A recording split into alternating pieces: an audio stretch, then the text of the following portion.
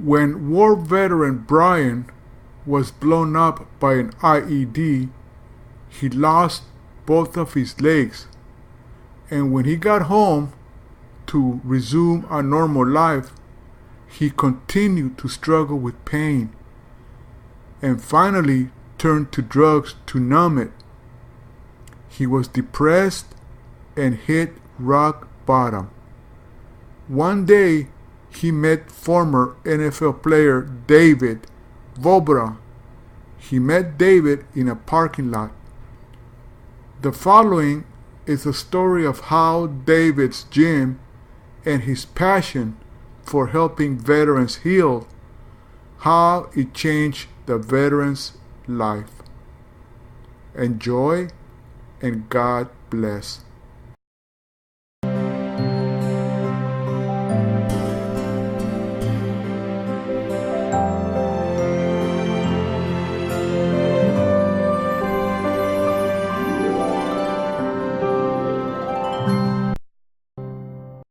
I was rolling back to my truck in a parking lot, and all of a sudden I just hear, "Hey, hey!" And I look over, I see this giant Spartan dude running over at me, and I'm thinking, oh my God, you're gonna get robbed, Brian. You're gonna get robbed. Brian looked rough. I just felt like I needed to stop. And so I slammed on my brakes, and I whipped it next to him, and I jumped out of the car. You know, he's just like, "Hey, I'm David Vobra, retired NFL player. What happened?" This is Buckshot. He was one of the IED detector dogs our unit had. It was April 18th, 2011. I'm walking in the boot prints of the men in front of me, and I'm like, all right, Buckshot, we're gonna jump. And right as I pushing off with my right foot, my left foot's off the ground, and kaboom. And everything goes black from all the smoke and dirt flying in the air. And I've had over 30 surgeries. I can't even describe how much that stuff hurt.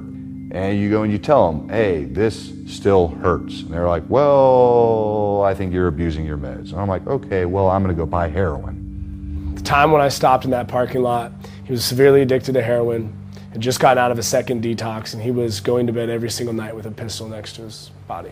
He felt like he couldn't be the Marine that he was when he left our country to go serve. He was broken, completely broken. Place that I was familiar with. Nice to meet you. I told him I used to play football. You know, I had a gym downtown, and I'd love it if he joined me. The following morning, he showed up, and we trained. And we started to explore different things and the way he could do things. And for the next 3 months, he came every day. So we just hit it off. I watched the life come back to his eyes. We just experimented with all different kinds of exercises, and from there, we just built a program around it. After going there regularly, getting stronger, getting healthier, my body pain decreased tremendously. My confidence levels changed. It all became a lot more feasible. I was like, man, yeah, this is, I can do this. This isn't impossible. Pick number 252. Last pick in the 2008 draft, making me Mr. Irrelevant. It was the St. Louis Rams. Selected me that last pick and started my rookie year. In 2011, I suffered a traumatic shoulder injury, and it led to a very aggressive pain medication addiction. It started with prescriptions, and it quickly manifested itself, and it was anything but dealing with pain. It was the first time in my life I had to look myself in the mirror and ask, who's David without football? It just took a year to rehabilitate my mind and my body. So I said, well, what if we started a gym in Texas? And so we moved here. And I launched the Performance Vault, training for elite athletes. I was having success, man.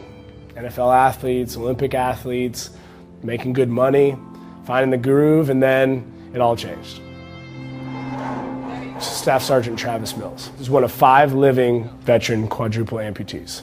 He was blown up serving our great country in Afghanistan, stepped on an IED, lost all 4 limbs.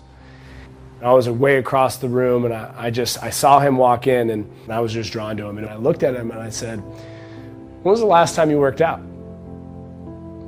He looked at me and looked down at his prosthetics and said, I'm sorry, I don't want to make you feel like an idiot, but I don't have arms and legs. I said, Travis, I want to train you. And he said, well, do you have any experience? And the first day we trained, I asked him, I said, what are you most afraid of? And he said, well, remember, no arms, no legs, gravity wins, so falling. Then I realized, wait a second, if Travis is in this position that he can't really go to a typical gym, I said, wow, all of these people, veterans, civilian, there's people with physical disabilities, they've sort of been sidelined. They fall into the rehabilitation process, but eventually insurance ran out, cash ran out, and where do they go, right? Where do they go to be a part of a collective group that has this community and this ability to push each other?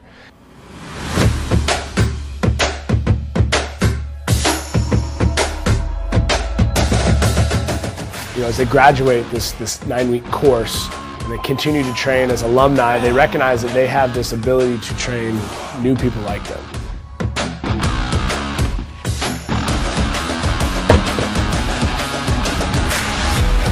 All the world-class medical care out there, the great prosthetics, frequently there isn't a kick in the ass, something that just pushes you to get going. You know, something like that would never show up in hospital rehab. There's no tire flips, there's no sledgehammers, there's no sled pulls, none of that stuff. You don't do medicine ball slams. They make you stronger. They instill some insane confidence and self-worth back into you. Not just that, they're giving you something to do, a place to be, a little sense of community with everybody.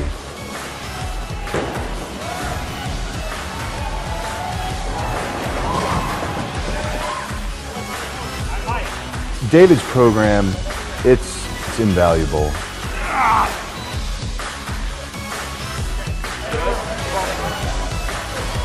It's a strong dude. It's a strong dude. I hope that you enjoyed this presentation. Thank you for watching.